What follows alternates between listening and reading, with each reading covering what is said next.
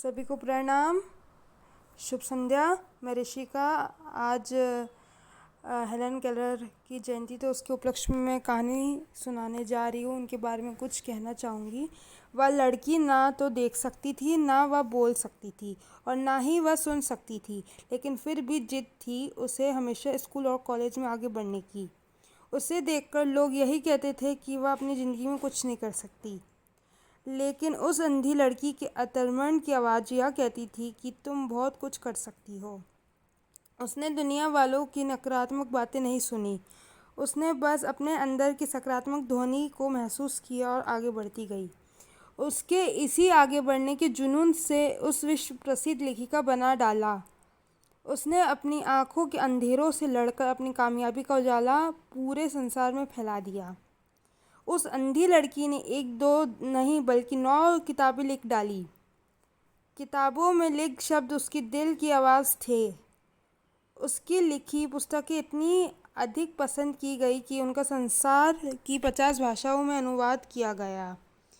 उसकी लिखी किताबें पूरे विश्व में इतनी संख्या में बिकी कि उसकी पुस्तक संसार में सबसे अधिक बिकने वाली किताबों में से एक बन गई।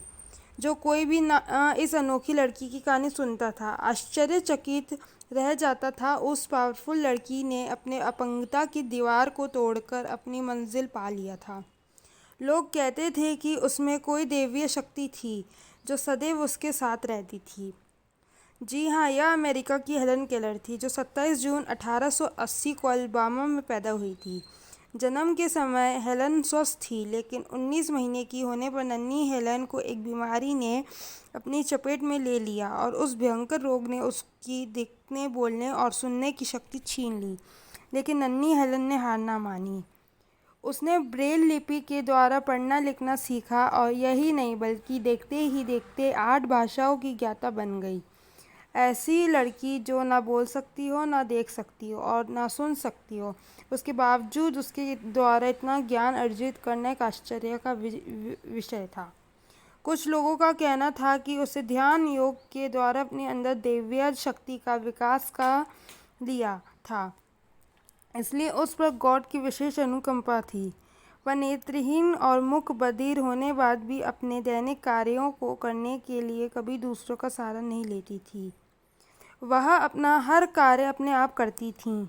उन्हें पता था कि उनके घर में कितनी दूरी और पर वॉशरूम, किचन आदि है। वह किचन में रखे बर्तनों को वह बिना देखे उठा लेती थीं और खुद ही अपने लिए चाय आदि बना लेती थीं। धन्यवाद। जय हो, विजय हो।